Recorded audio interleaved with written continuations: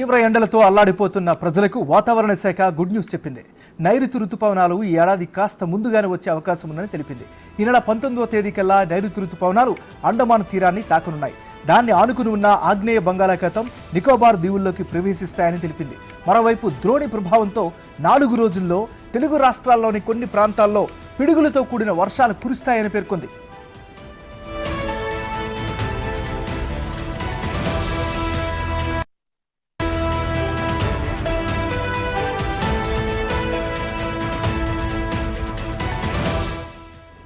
దక్షిణ కర్ణాటక నుంచి వాయువ్య మధ్యప్రదేశ్ వరకు విస్తరించి ఉన్న ద్రోణి ప్రభావంతో వర్షాలు కురుస్తాయని వాతావరణ శాఖ తెలిపింది.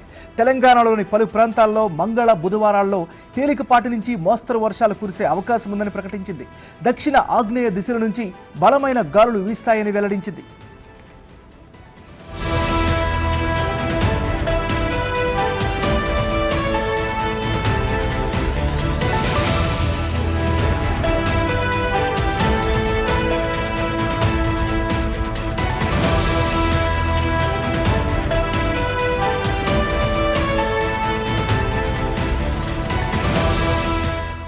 బులెటిన్లో మనం బ్రేకింగ్ న్యూస్ చూస్తున్నాం. నిన్న మొన్నటి వరకు కూడా 2 తెలుగు రాష్ట్రాల్లో కూడా తీవ్రమైనటువంటి ఎండలతో అల్లాడిపోయినటువంటి పరిస్థితి ఉంది. సో తీవ్ర ఎండలతో అల్లాడిపోతున్న ప్రజలకు వాతావరణ శాఖ ఒక రకంగా గుడ్ న్యూస్ చెప్పిందని చెప్పుకోవచ్చు. ఎందుకంటే నైరుతి ఋతుపవనాలు ఈ ఏడాది కాస్త ముందుగానే వచ్చే అవకాశం ఉన్నట్టుగా తెలుస్తోంది.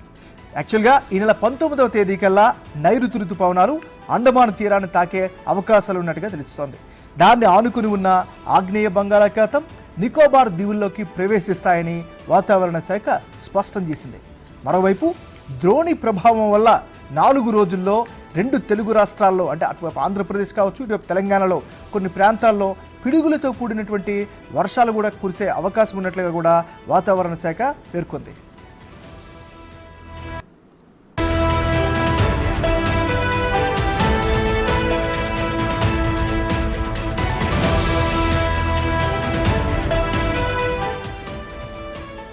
దక్షిణ కర్ణాటక నుంచి వాయువ్య మధ్యప్రదేశ్ వరకు విస్తరించి ఉన్న ద్రోణి ప్రభావంతో వర్షాలు కురుస్తాయని వాతావరణ శాఖ తెలిపింది. తెలంగాణలోని పలు ప్రాంతాల్లో మంగళ బుధవారాల్లో తేలికపాటి నుంచి మోస్తరు వర్షాలు కురిసే అవకాశం ఉందని ప్రకటించింది. దక్షిణ ఆగ్నేయ దిశల నుంచి బలమైన గాలులు వీస్తాయని వెల్లడించింది.